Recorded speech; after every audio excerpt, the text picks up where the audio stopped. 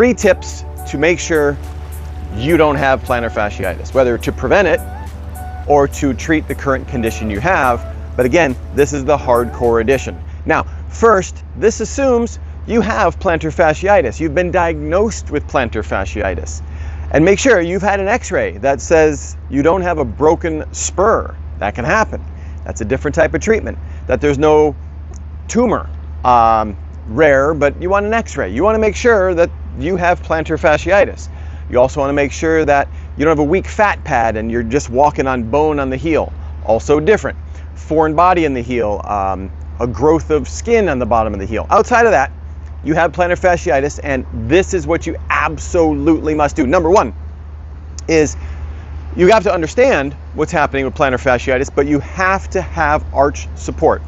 I'm sure you're saying, yeah, I've got my arch support, I've got a decent shoe. No, again, hardcore version, you have got to have a good orthotic. You are supporting the arch, okay?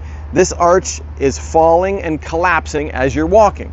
The only thing holding you up is the plantar fascia on the bottom. Lindsay will put a diagram here, and you can see the band on the bottom in the diagram, and as this flattens, that band is the only thing holding you up, and it attaches right here. That's torn or inflamed, and that's where the plantar fasciitis pain comes from. So in the office, part of our therapy regimen is taping the arch, where we're taping and supporting the foot to give it maximum relief. And if it's that severe, that's what you're going to need. Long term, you're going to need the orthotic. One from us, a good quality orthotic, not over-the-counter soft plastic, soft foam, cardboard. It's not going to cut it. Also, the shoe can't let your foot roll in. So if you have maximum support with a real orthotic and a stiff supportive shoe, and I've got lists of shoes, and on my website we've got lists of shoes, but it's got to be maximum support so your foot is not rolling in and you're not relying on that fascia at all to hold you up. So if we let it rest, it can heal. There's plantar fasciitis and plantar fasciosis, where there might just be inflammation. You might just need a shot, an ice pack, and it can go away. That's just inflamed. The fasciosis is the more difficult one, where there's maybe some minor tearing, some chronic damage, and this can be a longer process, but you've got to have 24/7 support. That means wake up in the morning, put your foot into an arch support sandal. That's some other things that we have we can talk about as well.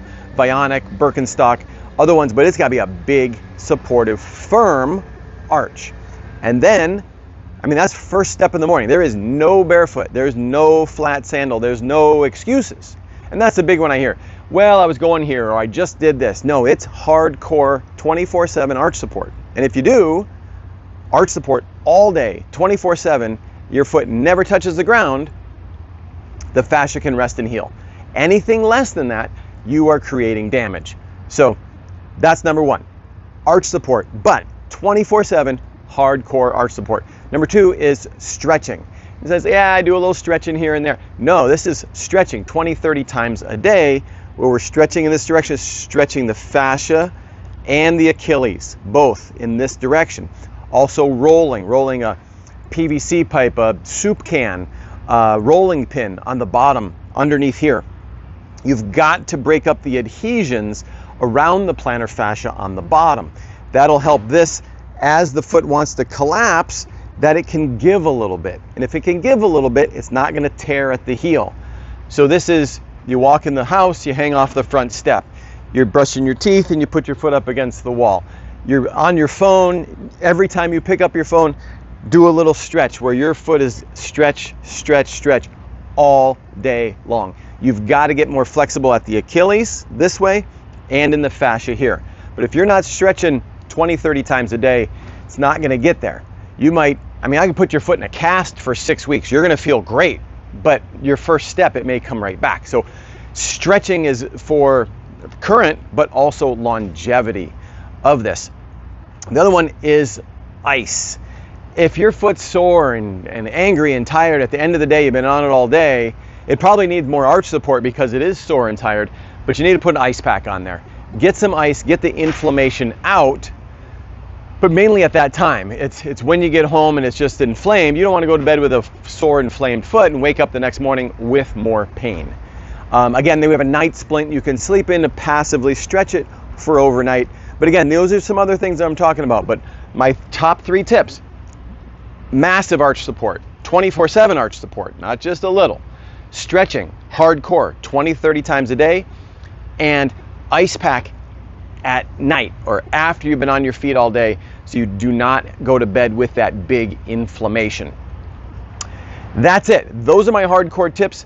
If none of this is working, yes, we have amnio or umbilical fluid injections, also laser therapies, a lot of advanced advanced healing techniques that you can come in the office and talk about.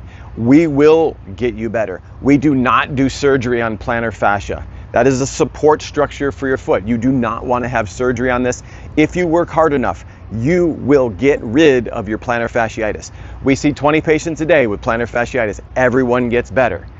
You just got to put some time and effort in, and now some of the advanced technology modalities absolutely take it to a whole new level. So if you haven't discussed those, come in and talk about those advanced treatment modalities as far as stimulating stem cells, stimulating the mitochondria at a whole nother level of treatment in addition to the traditional treatment.